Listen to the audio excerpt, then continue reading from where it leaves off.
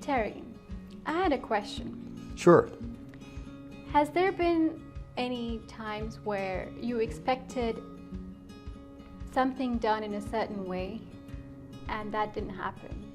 And no matter what you tried, whether it was something you wanted to accomplish with a project or a person, no matter how much you tried, it just didn't end up happening the way you wanted it to happen? Yes, that's happened to me a number of times. And I consider those all failures with things to be learned. That isn't to say that I've learned how to overcome all of those failures. I've often had difficulty trying to get people to accomplish things that I thought were in their interest and they thought were in their interest, and it seemed like a good idea, but it never happened. And I consider that my failure, because if I were a better leader, guide, or organizer, I would have been able to help them overcome that problem. But I've learned a lot. I'm better than I used to be, but sure, I've encountered those things. Haven't you? I have many times, and I'm going through something currently that comes to mind. However, one thing that I can't figure out is what did you feel when that happened? How was the first feeling of knowing that this is not going to happen the way I want? For me, it's a feeling of I've expended a lot of energy and I don't know what's become of it.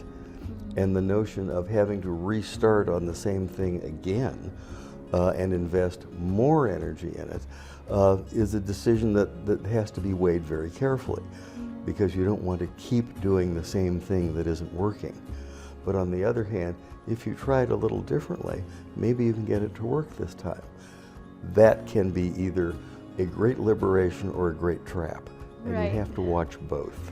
Right. And I also feel sometimes, in my personal experience, what has happened is when I surrender to the failure, things happen naturally the way I wanted them to happen. Aha. Yes, I can relate to that too. It's as if you had positioned everything quite exactly the way you wanted, but what you didn't realize is that you were the problem and you were in the way.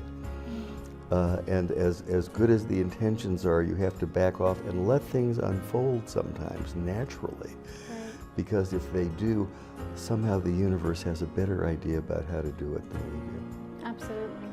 I agree. Angela, the last time we talked, you brought up the topic of how to face things that don't work out, or how to deal with things that you really want to go a certain way, but somehow don't happen that way. Do you have some examples of those kinds of things from your own experience? I do. More recently, I'm being tasked with a renovation project.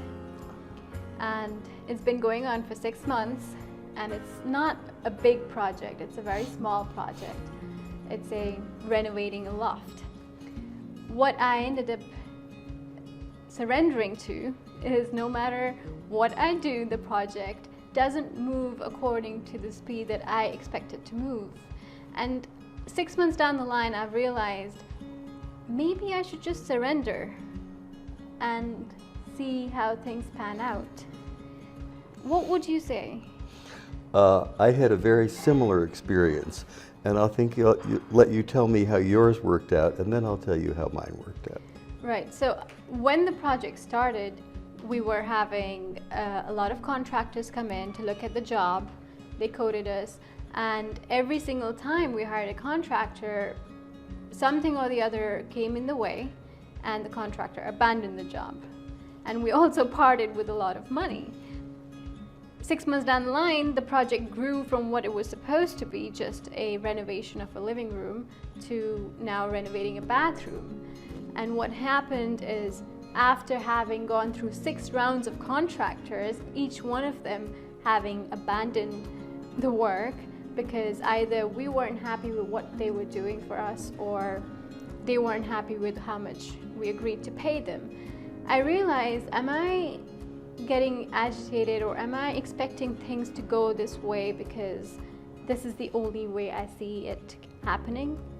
And am I really controlling how it turns out to be. And I don't think I have figured that out yet. What happened?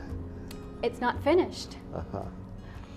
Well, in my experience, and I'm thinking of a particular, and it was a renovation project, and I was at odds with the contractor about how it was going to work out.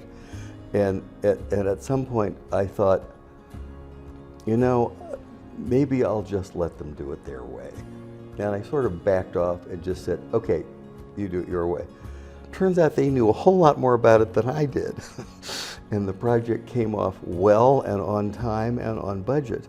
And I could have screwed that up badly by insisting on doing it my way, but I was very happy with the results. So I learned a lot from that one too. So this makes me question, when do we surrender? When is the right time for one to surrender and back off? And how do we identify that opportunity to say, all right, I've done enough, I think now is the time to surrender? What an excellent question. I think part of the answer has to do with whether or not the success of the project, endeavor, or action that you're doing is really fundamentally important, and whether there's some objective reason that it has to come out a certain way, because if you don't get enough air in the aquarium, the fish will die, you know, that kind of thing. But on the other hand, you have to work out what's practical and what is it that you're imposing on the project that is actually more ego than reality. And if you can separate the two, you can probably strike the right balance between doing it your way and getting it done so that it's completely functional.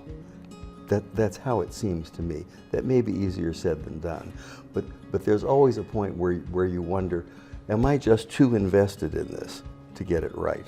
And I think that's an important question. That's a very good point. And I think what happens is when we are too invested, we're focusing our energies on something that we're not good at.